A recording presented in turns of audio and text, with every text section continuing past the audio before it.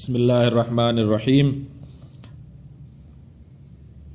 رسائل و مسائل سیریز کے ایک سوال اور اس کے جواب، جس کا عنوان ہے کیا کائنات خود بخود چل رہی ہے؟ سوال کرنے والا پوچھتا ہے کہ میرے ایک عزیز جو ایک اونچے سرکاری منصب پر فائز ہیں، کسی زمانے میں پکے دیندار اور پابند و صوم اور صلات ہوا کرتے تھے، لیکن اب کچھ کتابیں پڑھ کر لا مذہب ہو گئے ہیں۔ ان کے نظریات یکسر بدل چکے ہیں، ان نظریات کی تبلیغ سے بھی وہ باز نہیں آتے۔ میں ان کے مقابل میں اسلامی احکام اور تعلیمات کی مدافعت کی پوری کوشش کر رہا ہوں، لیکن اپنی کم علمی کی وجہ سے ان کا مدلل جواب دینا میرے بس میں نہیں ہے۔ اس لیے آپ سے گزارش ہے کہ میری مدد فرمائیں۔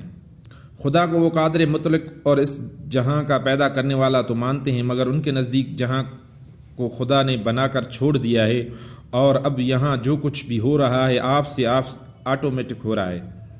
کچھ وقت نکال کر مختصر جواب دے، ممنون رہوں گا۔ جواب میں مولانا مودودی رحمۃ اللہ علیہ صاحب فرماتے ہیں، مجھے آپ کے عزیز عہدے دار کے خیالات معلوم کر کے بڑا افسوس ہوا۔ اللہ تعالیٰ ان کو ہدایت دے اور آپ کو ان کے اثر سے محفوظ رکھے۔ اگر آپ نے میری کتابوں کا مطالعہ کیا ہوتا تو آپ ان کی سب باتوں کا جواب بڑے اچھی طرح دے سکتے تھے۔ اب بھی میں آپ کو مطالعہ کر کے تیار رہنے کا مشورہ دوں گا، کیونکہ خط و کتابت میں اتنے بڑے بڑے مسائل کو سمجھانا بڑا مشکل ہے۔ سب سے پہلی بات یہ ہے کہ جس شخص کی قوت فکر معروف نہ ہو، وہ کبھی یہ تصور نہیں کر سکتا کہ کوئی قانون اور نظم، لا اینڈ آرڈر، کسی نافذ کرنے والے اقتدار، اتھارٹی کے بغیر بھی نافذ ہو سکتا ہے اور جاری رہ سکتا ہے۔ کائنات میں قانون اور نظم موجود ہے، اس کا انکار تو کسی طرح کیا ہی نہیں جا سکتا۔ اب کیا عقل یہ باور کر سکتی ہے کہ اتنے بڑے لامحدود پیمانے پر لامحدود مدت تک یہ قانون اور نظم کسی اقتدار کے بغیر ہی چل رہا ہے؟ کوئی غیر متعصب عقل تو اسے باور نہیں کر سکتی، مگر دو باتیں ایسی ہیں جن کی وجہ سے اچھے خاصے ہوش مند انسان اس نادانی میں مبتلا ہو جاتے ہیں۔ ایک یہ کہ ان کی فکر اور نظر کا ظرف بہت تنگ ہے، جس کے باعث وہ اس عظیم الشان اقتدار کا تصور کرنے سے عاجز رہ گئے، جو اتنی بڑی کائنات میں نظم اور قانون کو ازل سے ابد تک چلا رہا ہے۔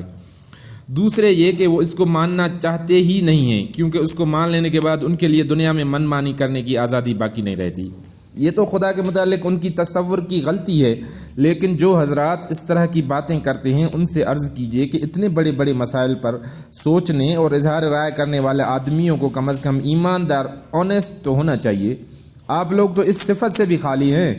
آپ خدا اور رسول اور قرآن کے متعلق جو باتیں کرتے ہیں وہ اسلام کے بالکل خلاف ہیں، مگر اس کے باوجود آپ مسلمان بنے پھرتے ہیں اور مسلم معاشرے کو دھوکہ دینے میں آپ کو کوئی تعمل نہیں کرتے۔